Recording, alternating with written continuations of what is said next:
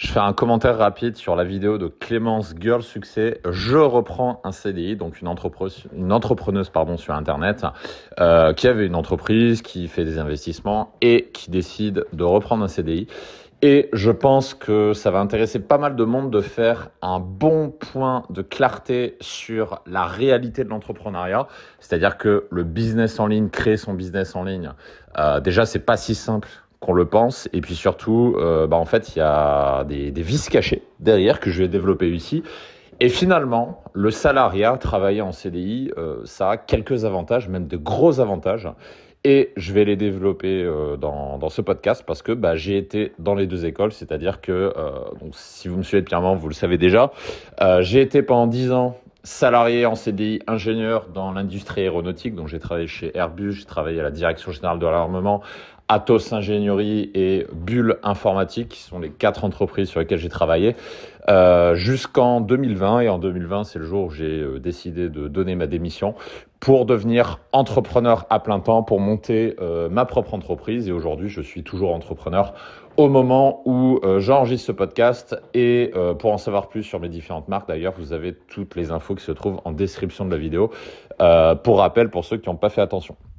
Maintenant, quelle est la réalité de l'entrepreneuriat? Je pense que ce genre de vidéos sur YouTube, donc c'est-à-dire des entrepreneurs sur Internet qui décident d'arrêter le business en ligne pour reprendre un CDI et retrouver la stabilité du CDI, je pense sincèrement qu'il va y avoir de plus en plus. Je pense qu'on va avoir de plus en plus de personnes qui font face à la désillusion d'être entrepreneur, d'être chef d'entreprise, qui se rendent compte que finalement, la vie de rêve qu'on vend en tant qu'entrepreneur, en fait, c'est pas si rose que ça finalement.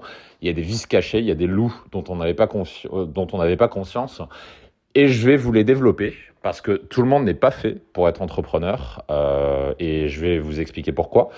Je vais vous expliquer pourquoi vous devriez prendre un CDI en fonction de certains critères de choix que je vais développer ensemble. Et puis surtout, je vais vous donner ce qui pour moi est le meilleur des deux mondes, c'est-à-dire un métier sur lequel je forme des personnes aujourd'hui.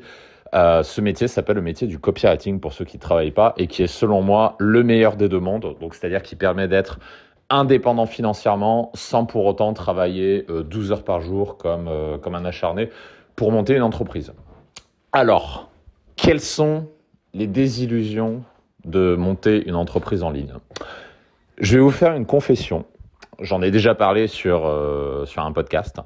Quand je suis devenu entrepreneur à plein temps, j'ai eu une vraie traversée du désert pendant à peu près 6 mois. Traversée du désert, non pas financière, parce que je vivais très très bien financièrement quand j'ai quitté mon job, c'était pas un problème. J'avais largement de quoi faire ce que j'avais envie de faire. Le problème n'était pas financier. J'ai eu 6 mois de, pas dépression, mais semi-dépression, où je me demandais sincèrement si j'avais fait le bon choix quand j'ai donné ma démission, et où je me posais sincèrement la question de si l'entrepreneuriat, c'était quelque chose que je voulais vraiment au fond de moi. Pourquoi je me suis posé la question? Parce que la réalité, en fait, le problème numéro 1, quand on est chef d'entreprise, et on s'en rend très vite compte quand on se retrouve dans cette position-là, c'est la solitude de l'entrepreneur. Quand vous êtes entrepreneur, de 1, vous êtes seul. Et pourquoi vous êtes seul? Parce qu'en fait, vous êtes la seule personne qui maîtrise l'intégralité des rouages de l'entreprise. Et donc, du coup, à partir de là, vous ressentez un sentiment de solitude parce que vous êtes le seul à pouvoir gérer tout ça. Et les personnes à qui vous demandez conseil, généralement, ne sont pas forcément capables de vous aider parce qu'ils ne vous comprennent pas, justement. Donc, on ressent cette solitude-là. Et surtout, on ressent une grande solitude parce que tout le monde veut vous baiser, quelque part. Ça, c'est quelque chose dont on ne parle pas forcément. Quand vous êtes chef d'entreprise, tout le monde veut vous enculer. L'État veut vous enculer avec toutes les taxes diverses et variées que tout le monde connaît. Et si vous êtes freelance en France ou chef d'entreprise en France, vous savez ce dont je parle. Si vous êtes salarié, vous en rendez peut-être pas forcément compte parce que vous n'avez pas été dans cette position. Mais la France, je rappelle, c'est un des pays les plus taxés au monde. Donc, l'État veut vous baiser, vos concurrents veulent vous baiser, les gens qui vous aiment pas, donc les haters sur Internet, veulent vous baiser. Vous avez des emmerdes qui vous tombent constamment, donc c'est-à-dire un logiciel en panne, un processeur de paiement qui marche plus, un client qui vous envoie un mail incendiaire à 23h parce qu'il n'a pas reçu ses accès et qui vous fait un email menaçant en mode ouais, si j'ai pas mes accès, nanana. Je sais pas, un logiciel qui plante, tout ce genre de choses. Et en fait, vous vous retrouvez dans un monde de requins où en fait, vous n'avez pas beaucoup d'amis. Contrairement aux salariés. Aux salariés, où ça se passe beaucoup mieux puisque tout le monde travaille dans la même structure. Alors bien sûr, quand on est salarié, on peut faire face à des rivalités ou à des personnes qui veulent pas votre bien, mais globalement, c'est quand même un milieu qui est beaucoup plus chill, on va dire. Et ça, c'est la phase par laquelle je suis passé, c'est-à-dire, pendant 6 mois, je me suis sincèrement demandé si j'avais fait le bon choix, finalement. Et par la suite, je me suis rendu compte des avantages et des inconvénients de l'entrepreneuriat. Les avantages, vous les connaissez probablement déjà, je reviens très très rapidement dessus. Liberté, vous définissez vos propres règles, vous faites ce que vous voulez. Votre entreprise, si vous en êtes le fondateur, c'est vous qui dictez les règles, donc vous en faites ce que vous voulez. Si vous faites un gros truc, vous pouvez le faire. Si vous faites un petit truc, vous pouvez le faire. Vous avez vraiment une liberté de choix qui est assez conséquente. Liberté de choix également dans les services que vous voulez proposer, dans les produits que vous voulez proposer, avec les clients avec qui vous voulez travailler. Ça, c'est une liberté appréciable. Maintenant, il y a aussi les inconvénients. Donc, premier inconvénient, comme je vous le disais, tout le monde veut vous enculer. Première chose. Deuxième inconvénient, et non pas des moindres, ça, je m'en suis rendu compte plus tard. Si vous voulez faire un prêt ou louer un appartement, globalement, les gens vous aiment pas. Même si vous avez plusieurs bilans à votre actif, en général, les banques vous prêtent difficilement de l'argent, surtout dans le contexte d'ailleurs en ce moment. Et quand vous cherchez un appartement, que vous dites que vous êtes chef d'entreprise et que votre entreprise, je sais pas, a été créée il y a 6 mois, 1 an, globalement, on vous regarde un petit peu de travers et on vous fait comprendre de revenir quelques années plus tard quand votre entreprise aura fait ses preuves parce que les bailleurs n'ont pas envie de prendre le risque d'héberger une personne qui vient de créer une entreprise et qui a pas fait ses preuves, quoi, clairement, et qui risque de couler. Donc, il y a ce deuxième inconvénient-là. Et troisième inconvénient, c'est la charge mentale.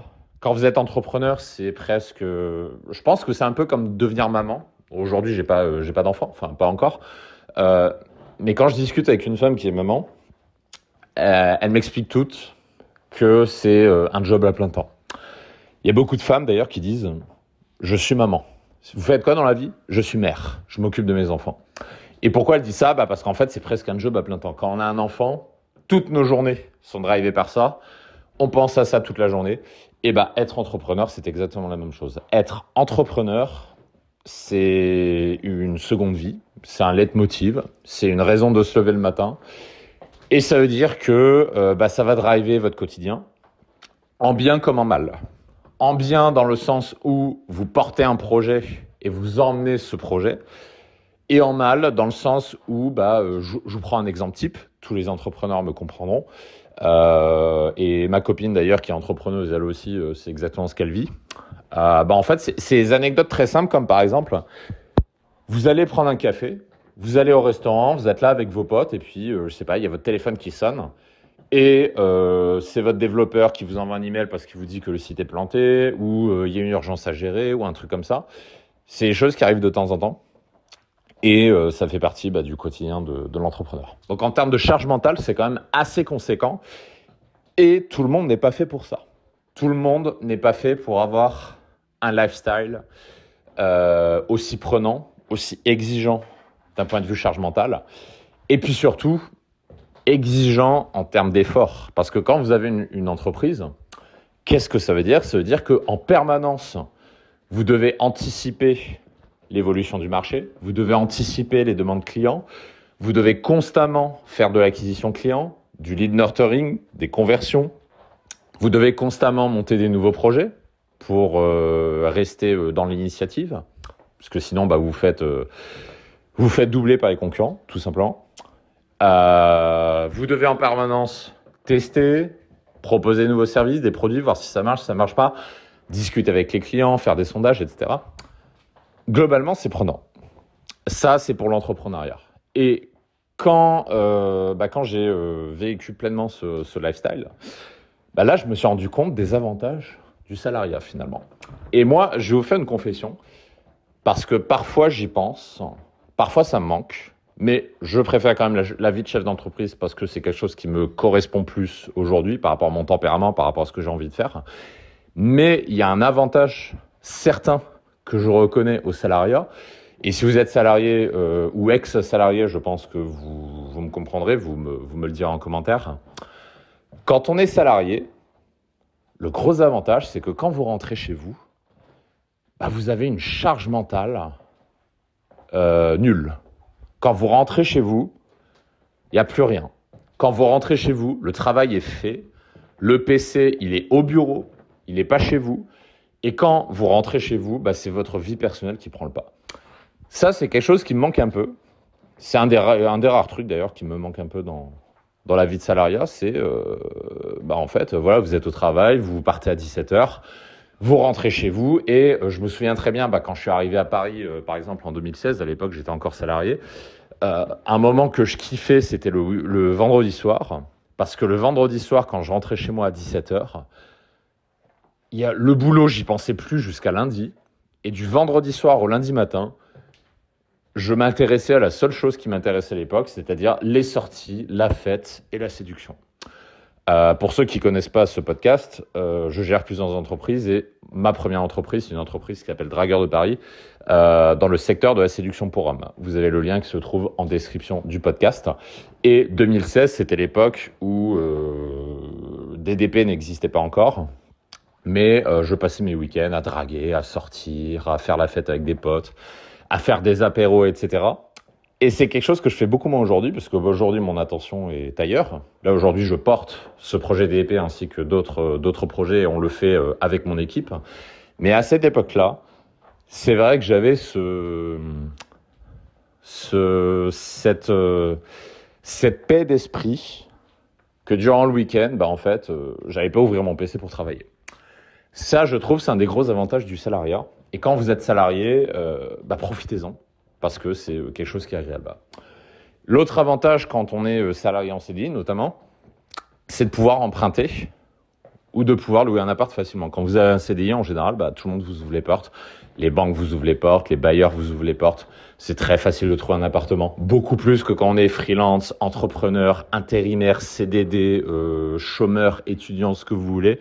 Le CDI, c'est vraiment le Graal par rapport à ça. Donc, pour faire des investissements, c'est particulièrement intéressant. Et puis aussi, ce qui est intéressant avec le CDI, c'est le temps de travail qui est globalement plafonné. C'est-à-dire qu'il y a un maximum qu'on ne dépasse pas. Et ça permet d'avoir des horaires de travail raisonnables pour prioriser votre vie personnelle.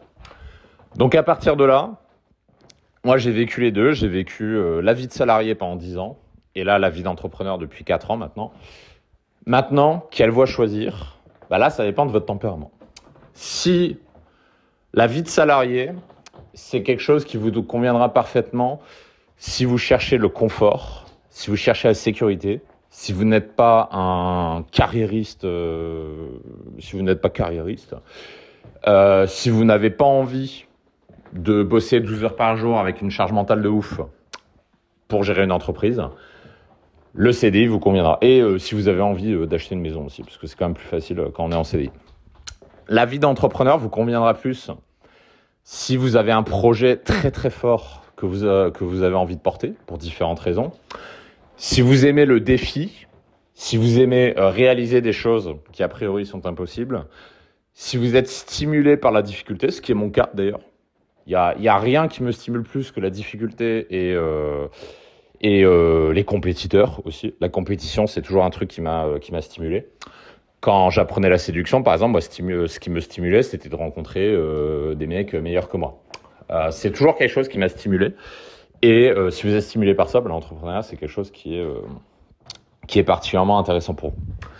Après, il y a une autre voie entre les deux. Et c'est pour ça que j'ai créé une autre marque qui s'appelle McTroy. Et pareil, vous avez le lien qui se trouve en description de ce podcast. Un métier qui est entre les deux, c'est celui de copywriter. Copywriter, vous connaissez peut-être pas. Le métier de copywriter, ça consiste à rédiger des textes de vente pour des entreprises Et l'avantage du copywriting, c'est que vous avez le meilleur des deux mondes, c'est-à-dire que vous avez la liberté, pas de contraintes sur le lieu de travail, sur le temps de travail. C'est-à-dire qu'en tant que copywriter, vous rendez des textes de vente, des emails de vente en temps et en heure à votre client. Et ces emails ou ces textes de vente, que vous les écriviez à 8 heures du matin, à midi ou à minuit, le client s'en fout. Le client, il veut avoir le texte en temps et en heure par rapport à ce que vous aurez convenu avec lui. Donc, liberté complète d'organisation. Vous avez juste besoin d'un PC pour travailler. Vous pouvez travailler depuis n'importe où dans le monde. Vous pouvez travailler, je sais pas, à Dubaï, à Bali, à New York, à Paris, en Grèce, en Espagne. Vous pouvez travailler où vous voulez. Il n'y a pas de contrainte avec ça. L'autre avantage du copywriting, c'est que le temps de travail, il est assez faible. Si vous avez, 3 clients de copywriting, c'est un temps de travail de 1 matinée par jour, grosso modo. Donc, c'est-à-dire que vous pouvez tout à fait avoir un lifestyle où vous avez 3 clients en même temps, où vous travaillez juste le matin et où là, vous avez l'après-midi de libre pour vos loisirs. Ça, c'est un des avantages du métier de copywriting. L'autre avantage du métier de copywriting, c'est que c'est un métier qui est bien payé parce qu'il y a des besoins, il y a de réels besoins des entreprises pour recruter des copywriters. Et donc, ça veut dire que vous pouvez gagner beaucoup mieux votre vie que si vous faites toutes les merdes qu'on trouve sur Internet, c'est-à-dire dropshipping, MLM, Shopify, je sais pas quoi, tous les trucs à la con qu'on peut trouver sur Internet et qui ne rapportent pas beaucoup d'argent finalement. Le copywriting vous permet de toucher des montants beaucoup plus importants par client. Si vous êtes un copywriter débutant, vous pouvez démarrer autour des 1 000 euros par mois. Et si vous êtes plus expérimenté, vous pouvez monter à 1 500, 2 000 euros, voire peut-être plus si vous êtes vraiment bon et que vous travaillez pour un gros client. C'est des montants qui sont tout à fait possibles.